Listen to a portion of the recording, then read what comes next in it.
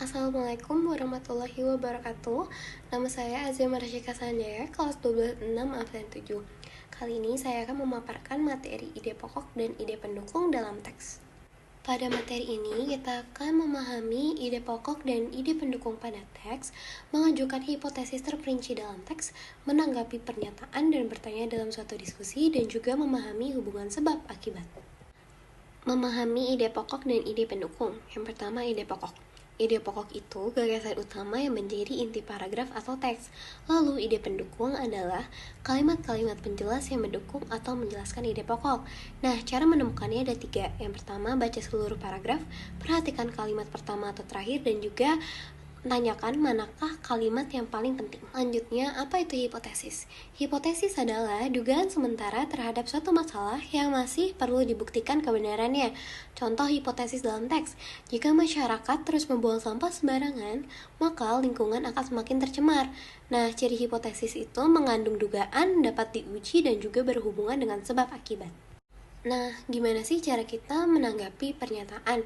Yang pertama dengan cara setuju, seperti saya setuju karena, lalu dengan cara tidak setuju, seperti menurut saya kurang tepat karena, dan yang netral, seperti pernyataan itu menarik namun perlu ditinjau dari sisi lain. Tadi kan menanggapi, nah sekarang cara bertanya yang baik dalam diskusi itu seperti relevan dengan topik, singkat dan jelas, dan juga bersifat menggali atau klarifikasi. Selanjutnya, hubungan sebab akibat. Menjelaskan alasan itu sebab dan hasilnya adalah akibat. Contohnya, sebab banyak kendaraan bermotor mengakibatkan polusi udara meningkat. Kata kunci yang digunakan karena, oleh karena itu, akibatnya, dan sebab itu. Tips membedakannya, yang pertama, cari manakah yang terjadi lebih dahulu dan apa dampaknya. Struktur teks diskusi itu ada 4. Yang pertama, isu, seperti topik atau masalah yang akan dibahas. Yang kedua, argumen pendukung, seperti alasan mendukung isu. Yang ketiga, argumen penentang, seperti alasan menolak isu.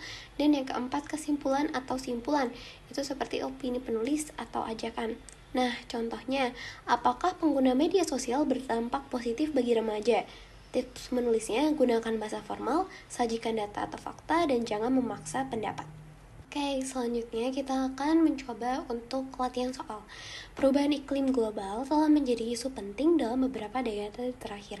Kenaikan suhu bumi, pencairan es di kutub, dan cuaca ekstrim menjadi bukti bahwa perubahan iklim memang terjadi. Jelaskan sebab dan akibat dari perubahan iklim global tersebut. Berikan minimal 2 sebab dan 2 akibat yang saling berkaitan.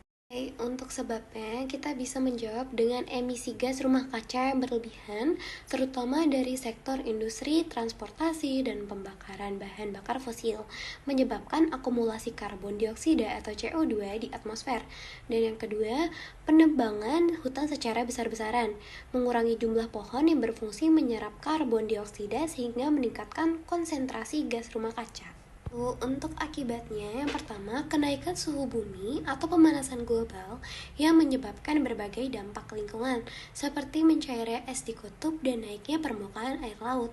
Yang kedua, perubahan pada cuaca ekstrim, seperti kekeringan panjang di beberapa wilayah dan banjir hebat di wilayah lain, yang mempengaruhi sektor pertanian dan kehidupan masyarakat. Oke, karena kita sudah membahas keseluruhan dari materi tersebut, jadi kesimpulannya, ide pokok itu inti paragraf, hipotesis, dugaan sementara, diskusi itu bertanya dan menanggapi dengan argumen, sebab akibat itu hubungan logis antar peristiwa, teks diskusi itu menyampaikan 2 sisi pandangan.